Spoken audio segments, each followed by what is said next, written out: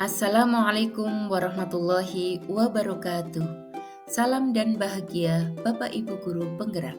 Perkenalkan, saya Tri Hasanah, calon guru penggerak angkatan ke-11 dari Kabupaten Purbalingga. Saya akan memaparkan kesimpulan dan refleksi pemikiran Ki Hajar Dewantara modul 1.1 koneksi antar materi.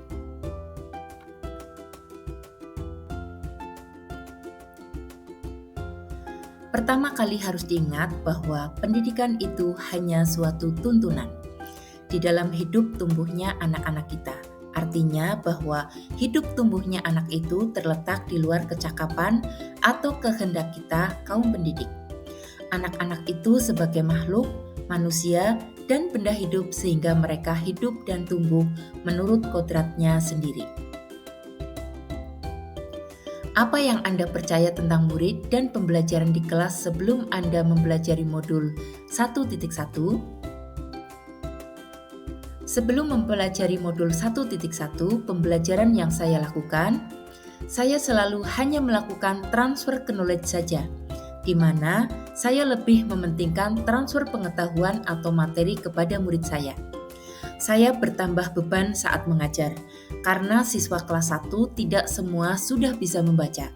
Di sisi lain, materi yang harus diselesaikan cukup banyak.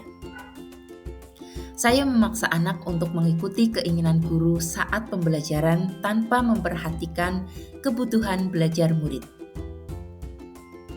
Mementingkan perkembangan kognitif saja, mengabaikan perkembangan aspek-aspek lain yang juga penting bagi anak.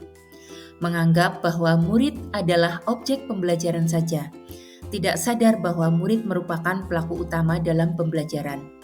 Melakukan pembelajaran yang berpusat pada guru, meskipun tidak selalu tetapi sering saya lakukan. Apa yang berubah dari pemikiran atau perilaku Anda setelah mempelajari modul ini? Setelah mempelajari modul 1.1, pemikiran saya mulai terbuka bahwa pembelajaran selama ini saya laksanakan kurang tepat. Saya mulai berpikir dan merubah anggapan saya terhadap murid, dan mulai merubah gaya mengajar saya saat pembelajaran di kelas. Setelah mempelajari modul 1.1, pemikiran dan perilaku saya mulai berubah.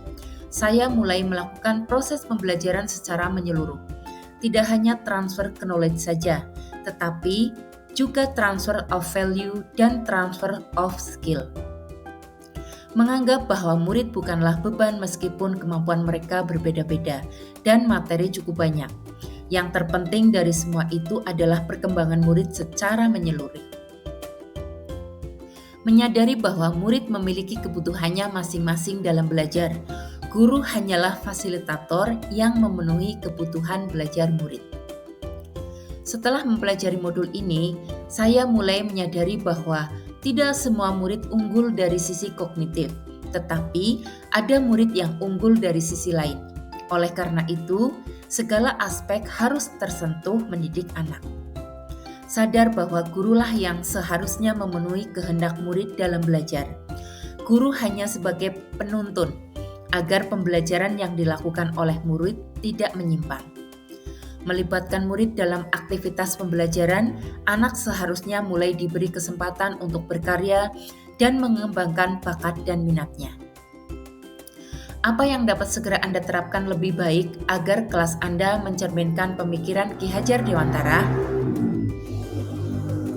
Saya segera menerapkan pemikiran Ki Hajar Dewantara dalam kelas agar lebih baik. Yang segera saya terapkan dalam pembelajaran di kelas, saya akan memberikan kebutuhan dasar siswa kelas 1 yaitu kemampuan membaca. Karena kemampuan dasar ini merupakan kunci utama agar siswa bisa memahami materi yang diberikan, di samping penanaman nilai dan kemampuan dasar sesuai dengan bakat dan minat siswa.